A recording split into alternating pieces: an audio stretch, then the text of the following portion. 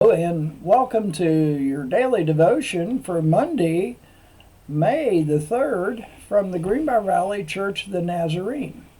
This week, our contributing author to the article accompanying our scripture verses is Mark Hedrickson from Muncie, Indiana, and there Mark is the pastor of the Muncie Restoration Community Church of the Nazarene. Today we will be reading from Romans chapter 11 verses 17 through 27, and here is the word of the Lord.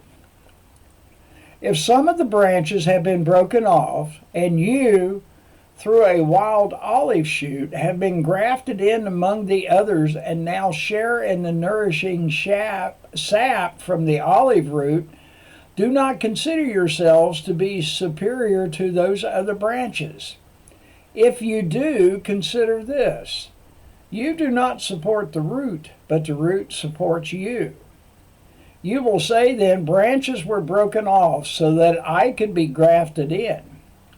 Granted, but they were broken off because of unbelief, and you stand by faith. Do not be arrogant, but tremble. For if God did not spare the natural branches, he will not spare you either. Consider, therefore, the kindness and sternness of God. Sternness to those who fell, but kindness to you, provided that you continue in his kindness. Otherwise, you also will be cut off.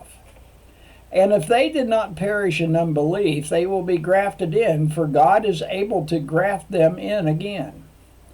After all, if you were cut out of an olive tree that is wild by nature, and contrary to nature were grafted into a cultivated olive tree, how much more readily will these, the natural branches, be grafted into their own olive trees?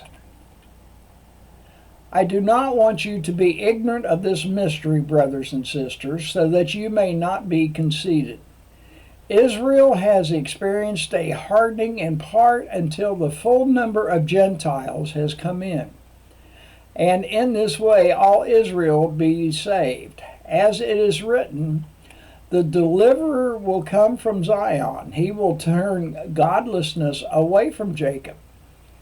And this is my covenant with them when I take away their sins. And this is the word of the Lord. In his article today, Pastor Mark titles it Kingdom Grafting.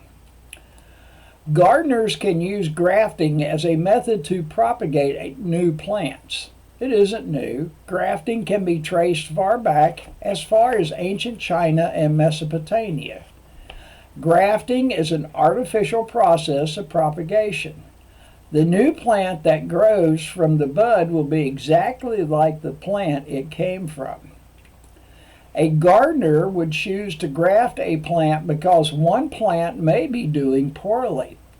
This would allow the desired weaker plant to have a chance to flourish. Another reason would be to give the plant certain attributes of the plant to which it is grafted. If a gardener wanted the plant to be hardier or drought resistant, he or she may graft it to a plant with those qualities. Is it any wonder that God grafts us into his kingdom? God is able to strengthen us, create in us kingdom characteristics, and make us like Christ.